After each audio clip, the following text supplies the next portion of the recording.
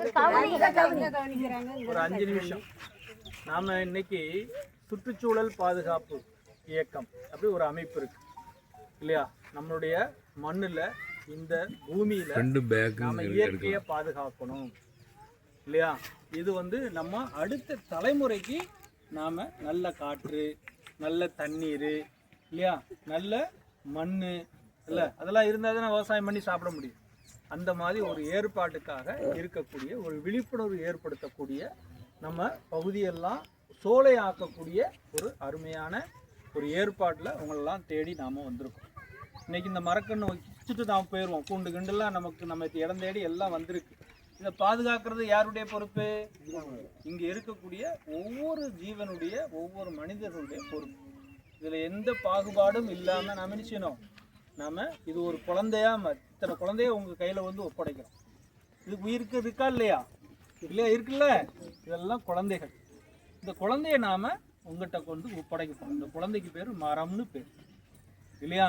இந்த குழந்தை நமக்கு என்ன செய்யுது?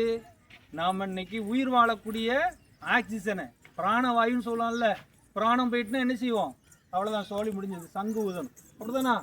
அப்படி இருக்கக்கூடிய இந்த பிராணவாயுவை கொடுக்கக்கூடிய ஒரு அற்புதமான உயிர் இந்த மரம். ஏதோ மரம்னு நாம் இதை நினைச்சக்கூடாது, இதில் மதிப்பு இல்லாமல் ஆக்கக்கூடாது. இது ஒரு உயிர், நம்ம கூட பிறந்தது. அதாவது ராஜஸ்தானில் கிட்டத்தட்ட ஒரு 360 வருஷத்துக்கு முன்னாடி, நல்லா கேட்டுடுங்க, 360 வருஷத்துக்கு முன்னாடி ராஜஸ்தானில் ஒரு வனப்பகுதி, அதாவது அந்த ட்ரைபல்ஸ்ன்னு சொல்லுவாங்க, மலைவாழ் மக்கள் இல்லையா, அங்கே நிறைய மரங்கள், கிட்டத்தட்ட இந்த மருத மரம் மாதிரி 100 அடி 150 அடி அடர்ந்து நின்ன பகுதி. அங்கே உள்ள ராஜாவுக்கு அரண்மனை விஸ்தாரம் பண்ணணும், அரண்மனை கட்டணும். அப்போ நிறைய மரங்கள் தேவைப்பட்டுச்சுங்கிறதுனால அந்த மரங்கள்லாம் வெட்டிட்டு வாங்கன்னு சொல்லிட்டு காவலாளர்கள்லாம் அனுப்பிட்டாங்க. அங்கே போய் மரத்தை வெட்டு போனால் அங்கே உள்ள, இப்போ நம்ம இருக்கோம் இல்லையா, இந்த மாதிரி உள்ள ஜனங்கள்லாம் வந்துட்டாங்க, பெண்கள்லாம் கூடிட்டாங்க. ஐயோ, இது எங்களுக்கு, நாங்கள் மரமாக நினைக்கல, எங்கள் கூட பிறந்தது, எங்கள் குடும்பத்தில் ஒரு ஆளாக நினைக்கிறோம், தயவுசெய்து இது வெட்டாதீங்கன்னு தடுத்து பார்த்தாங்க. ஆனால் அரசாங்கம் கட்டலை, ராஜா கட்டலை. என்ன பண்ணிட்டாங்க? மரத்தை வெட்ட ஆரம்பிச்சிட்டாங்க. உடனே என்ன பண்ணாங்க? அகல்யா பாய் அப்படின்னு சொல்லக்கூடிய ஒரு பெண் தான், சாதாரண பெண்ணு, படிப்பறிவில்லாத பெண்ணு. அவங்க என்ன பண்ணுறாங்க? தன்னுடைய 2 குழந்தை, மக்கள் எல்லாரும் மரத்தை கட்டி பிடிங்க, மரத்தை வெட்ட விடாதீங்கன்னா எல்லாரும் போய் மரத்தை, 100கணக்கான மரத்தை போய் கட்டி பிடிச்சாங்க. ஆனால் பெரிய துரதிஷ்டம் என்னன்னு சொன்னால், மரத்தோடு வச்சு அவ்வளோத்தையும் வெட்டிட்டான். இது ஒரு 320 வருஷத்துக்கு முன்னாடி கிட்டத்தட்ட ஒரு 360 பேர் என்ன செஞ்சாங்க? மரத்தோட செத்து போடும். அகல்யா பாய்.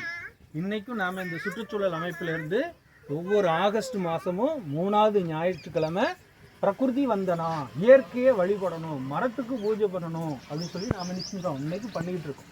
உலகத்திலேயே எந்த நாட்டிலேயோ மரத்திற்கு இவ்வளோ பெரிய தியாகம் பண்ணக்கூடிய ஒரு சம்பவத்தை நாம் பார்க்க முடியாது. ஏன்னு சொன்னால், மரமாக நாம் வெறும் மரமாக பார்க்கல, அது ஒரு தெய்வமாக நாம் பார்க்குறோம். எல்லா கோயில்களும் ஸ்தல விருட்சம் வைக்கிறோமா இல்லையா?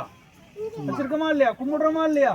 இல்லை, நாம் அது ஒரு தெய்வமாக, அம்மன் குடிகொண்டு இருக்கக்கூடிய இல்லையா, வருண பகவான் குடிக்க இருக்கக்கூடிய அனைத்து தேவர்களும் இறைவனும் இருக்கக்கூடிய பகுதியாக அந்த உயிராக நாம் பார்க்கணும். அதனால தான் நம்மளுடைய முன்னோர்கள் என்ன பண்ணியிருக்காங்க? ஈசாவாசிய இதம் சர்வம், எல்லா உயிர்களிடத்துலையும் இறைவன் இருக்கான். எல்லா உயிர்களும்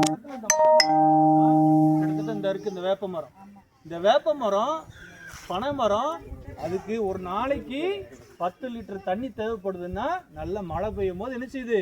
அதுக்கு தேவையான தண்ணியை விட 7 மடங்கு